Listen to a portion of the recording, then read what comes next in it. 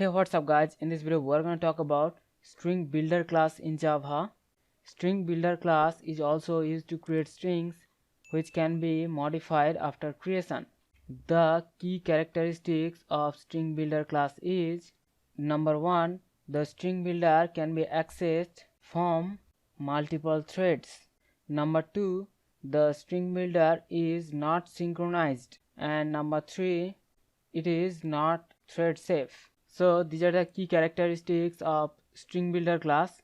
So now we're going to see the different constructors that are available in StringBuilder. So first we're going to write StringBuilder str equal new StringBuilder. This is the default version of the constructor and it creates one empty StringBuilder object. In the second version of the StringBuilder constructor, where it takes integer size as argument, and this constructor creates one StringBuilder object with the specified size. In the third version of the StringBuilder constructor, where it takes string object as argument, this StringBuilder constructor creates one StringBuilder object with the specified initial string. In the fourth version of the StringBuilder constructor, where it takes character sequence object as argument, and it creates one StringBuilder object with the specified initial character sequence.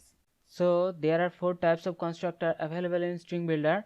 In the default version of the StringBuilder constructor, where it doesn't take anything as argument and it creates one empty StringBuilder object. In the second version, where it takes integer size as argument and it creates one StringBuilder object with the specified initial size. And in the third version of the StringBuilder constructor, where it takes string as argument and it creates one StringBuilder object with the specified initial string.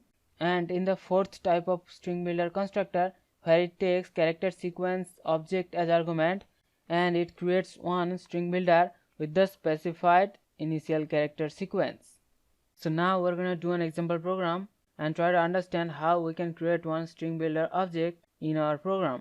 So first we're going to create one StringBuilder with the string hello, and then we're going to use str.append, and we're going to append the string world after the string hello, and then we're going to use the print method to print the string str onto the console.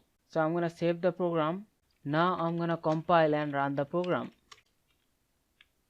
So you can see the output is hello world.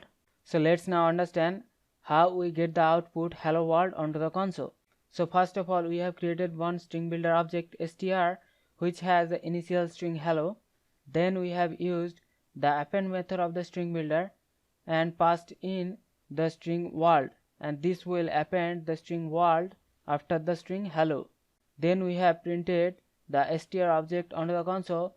That's how we get the string hello world onto the console. So this is the way we can create one StringBuilder class in our program, and we can use different methods of the StringBuilder to modify the strings after creation. So hope you understand the concept. I will see you in the next one. Thank you.